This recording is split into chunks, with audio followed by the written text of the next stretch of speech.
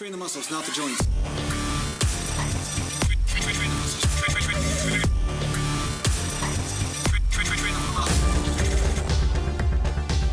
Welcome back to Natural Land Bodybuilding Mountain.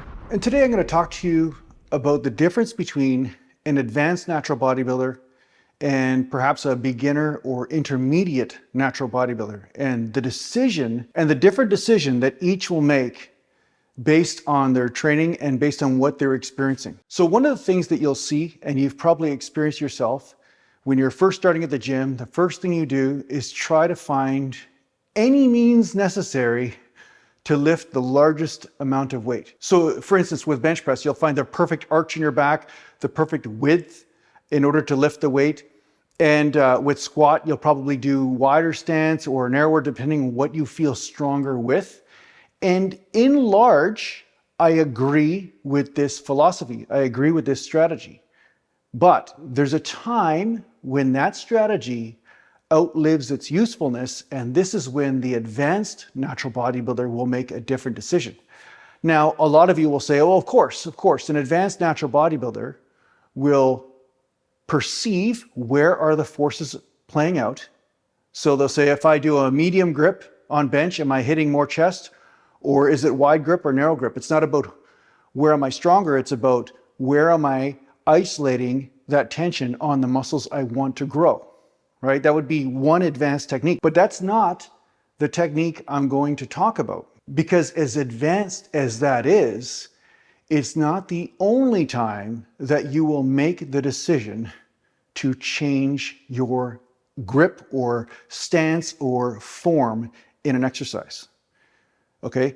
Because as much as you want to find an efficient way of moving, and I've talked about this a lot, the body has an efficient way of moving, and making an exercise awkward is obviously not the primary goal when you're lifting weights, because if it's too awkward, you end up injuring yourself. But there are times where you may find that a certain technique you can lift more weight with, but it may put stress on certain areas that cause some sort of dysfunction. So case in point, with myself, I find if I use a wider grip on the bench, I can isolate the pecs a bit more and I can lift more weight. But because the pecs are a bit more isolated, I do notice that I can get a bit of tension on the pec tendons, which I definitely do not want when I'm using heavier weight, because that's when pec tears happen or pulls and so forth. So I may choose to narrow up my grip a little bit to disperse the tensions amongst multiple joints and multiple muscles. So this is my point. Sometimes you don't want to isolate the tensions. Sometimes you want to disperse them into multiple areas to reduce the risk of injury. You see, so it's natural bodybuilding 101, but not for isolation, but more for safety in some cases. So if you're noticing that you have a specifically tender area, then you may have to change your technique slightly in order to disperse the tensions in a safer way. And that's what I do with the bench from time to time. Sometimes I'll narrow up my grip to bring in a bit more front delt, to bring in a bit more safety on those pec tendons.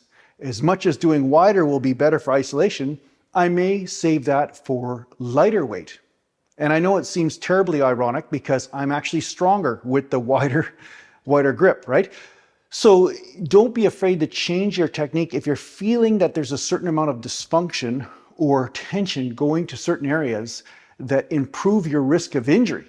You do not want extra risk of injury. That's already something that's easy enough to achieve in this game. So if you find that you're experiencing something like I do when you're doing wide grip on bench, well then narrow it up a little bit. Or if you notice that when you're doing a certain technique with squats in order to isolate those quads, but you're getting a lot of lower back issues or some type of knee issue or something, then that is a sign that you need to back off on that isolation type principle and try to disperse the tensions amongst multiple joints. And that's where you could learn something from the powerlifting techniques, because that's exactly what those guys try to do. Because they're lifting such heavy poundages, there's no room for error And of course, when there is error, it's big time injury. This is an advanced technique. It's not one that will be embraced by everyone. It may take a few humbling moments before you realize the value of what I'm saying. But trust me on this. If you're feeling weird tensions, then yeah, change up the grip, change up something so you can disperse that energy and that tension throughout the joints, and then use your isolation movements, your lighter isolation movements or lighter compound movements as a way to isolate instead of trying to also isolate with heavy weight or high intensities. So yeah, I'm sure this is going to save your life.